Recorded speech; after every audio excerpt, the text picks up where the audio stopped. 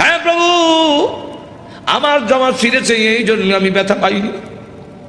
আমি কত আঘাত খাইলাম তোমার দিনের জন্যে, তোমার জন্যে, তোমার দিনের জন্য যদি আমি কষ্ট পাই, আমার তেমন কষ্ট লাগে না। ও প্রভু, আমার মেয়েকে তালাক দিয়েছে, এই জন্য দুঃখ লাগে নাই, দুঃখ লেগেছে। আমার সামনে যদি তোমাকে কেউ অবজ্ঞা করে, তোমাকে অপমান করে, আমি রসুল কখনো বরদাস্ত করতে পারি না।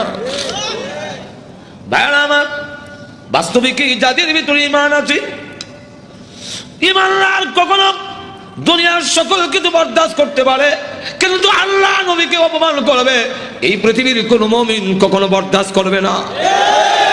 এর নামই হলো ঈমান। জোরে কোন ঠিক কিনা?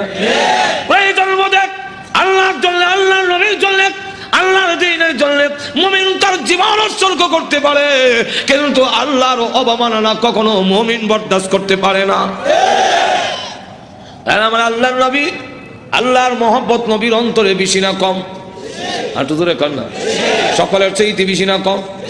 নবীজি কান্দেন আর বলেন, প্রভু গো, আমার সামনে কেমনে কয় তুমি আল্লাহর টাল্লা, এত বড় নিমক কারাম আল্লাহ আমি কেমনে বরদাস্ত করি? আল্লাহ ডাক দেওয়ার, নবী গো, আমি বানাইছি নিজের সন্তান যদি নিজের দারিদ্র্যের টান মারে দুঃখ লাগে না? না লাগে? নিজের সন্তান যদি কিল মারে খাবলায় কষ্ট লাগে না? আপনার কষ্ট লাগে না, কিন্তু দেখবেন আপনার মা এই জিনিসটা বরদাস্ত করবে না। আপনার ছেলে আপনাকে যদি দারিদ্র্যের টান মারে, আপনার কিন্তু কষ্ট লাগে না? আপনার যদি খাবলা মারে, আপনার কষ্ট লাগে না? মাথা শুরু করে টানে, আপনার কষ্ট লাগে না? লাত্তি মারে, কষ্ট লাগে না? কিন্তু আপনার মা যদি দেখে তখন বরদাস্ত করে না। দেখে তাহলে আল্লাহ ডাক দিয়ে বলেন,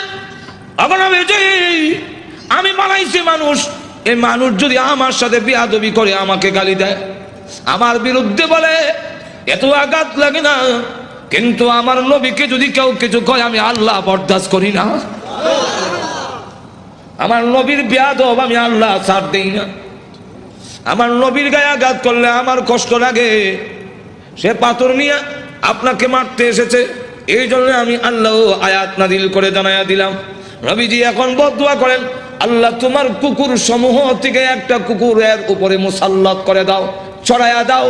আল্লাহ আবু লাহাবের ছেলে উতবার উপরে তুমি কুত্তা লাগাইয়া দাও। আল্লাহ নবীর দোয়া হোক বদদুয়া হোক, জবান থেকে বের হতে দেরি হয়, আল্লাহর দরবারে তা কবুল হইতে একটা মিনিট দেরি হয় না।